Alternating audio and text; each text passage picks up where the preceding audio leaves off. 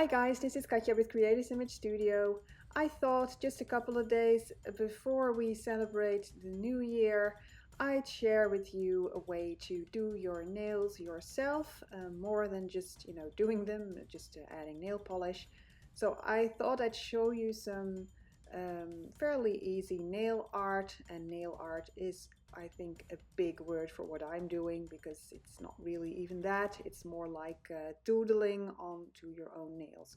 Now what you see here is that I stuck my false nails onto some small wood sticks, and I used double-sided tape for that, or you can also use some dimensional tape, and these sticks help you just taking them up and doing the nail polishing, doing the nail art without getting your hands dirty all over.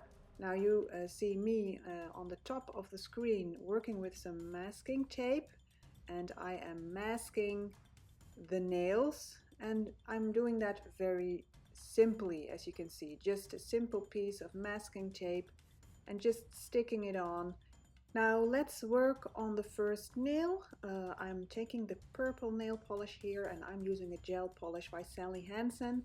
It is called gel polish, but it is not the type that you need a UV lamp for. So this is an actual polish, but it looks like a gel. And here you see how the mask tape will work, because now I can very easily just polish the part of the nail that I want to be purple, and not bother with having a straight clean line, because that is what the tape will do. As you can see, I use black nails as a base because that would save me some black nail polishing, because I'm lazy like that. I could have used, of course, white nails or blank nails or even transparent nails, but then I would have to do the black polish myself, and I didn't feel like it. So you can play around with the base color of the nails that you are using, and of course you can do it on your own nails.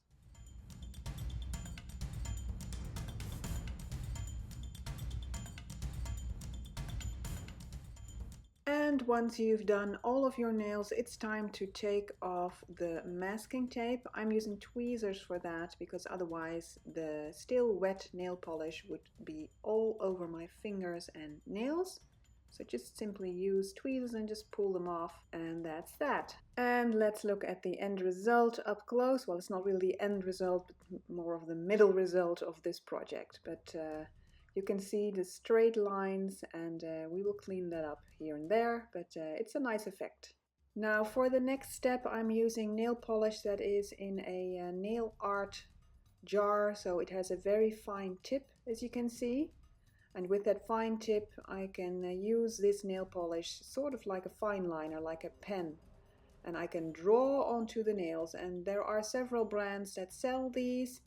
And the nail polish in those jars tends to be a bit thinner than average, so you can easily draw. And I think I bought mine at, I think even AliExpress, but well, there are several brands, and you can go as cheap or as expensive as you like. And then it's just a matter of doodling or drawing, or well, whatever you feel like. This is one of the first times that I try this technique, so I'm keeping it very simple. As you can see, I'm just dotting here, and if you look closely, you can see that I'm trying to imitate the pattern that I have on the nails that I am wearing here. And with the other, I tried not to do a mirror image, but to actually imitate it. So you can see that the dots are in the same direction as my nails. Okay, so moving on to another nail, and I will fast forward again, and you will see me do several patterns, and most you will notice are either the dots or the lines or a combination.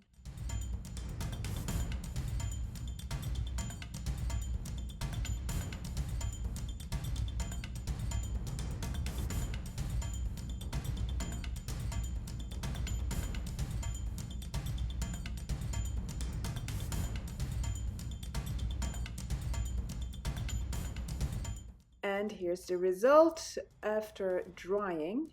Now we're not quite finished yet, but I'm showing you anyway. We will need to add a top coat, but here you can see the results of my dotting and drawing and doodling. And yeah, it's quite therapeutic to do. It's not difficult, and there is no right or wrong. You can make no mistakes because they are your nails, and it is up to you what you want to do. Okay, so it's time to add a layer of top coat. If you are using the gel-like nail polish that I'm using, then it's, well, you'd better have the top coat that goes along with it. So in this case, in my case, the Sally Hansen gel top coat, because in my experience, if you use regular top coat on gel-like nail polish, it doesn't work. It either removes the nail polish or it doesn't dry well. So you do need to buy the accompanying top coat if you are using gel-like nail polish. Now once your top coat has dried, it's time to add a decoration or two, and I am using my Bow Bunny blings, the jewel sets that they offer, and that is what I like particularly, to combine my paper craft materials with the nail art. So you don't have to buy specific nail blings or some such if you are a paper crafter, because you probably have an entire stash of these things. So you see me here adding a bow bunny bling to my nail.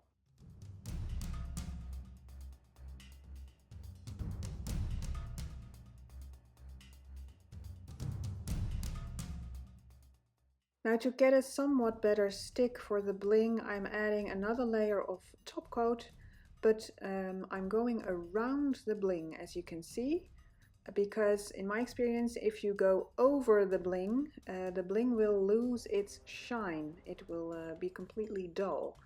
So I'm trying to go around it, and I'm hoping that the nail polish, the top coat, will dry in a way that it will well, grab onto the little piece of bling.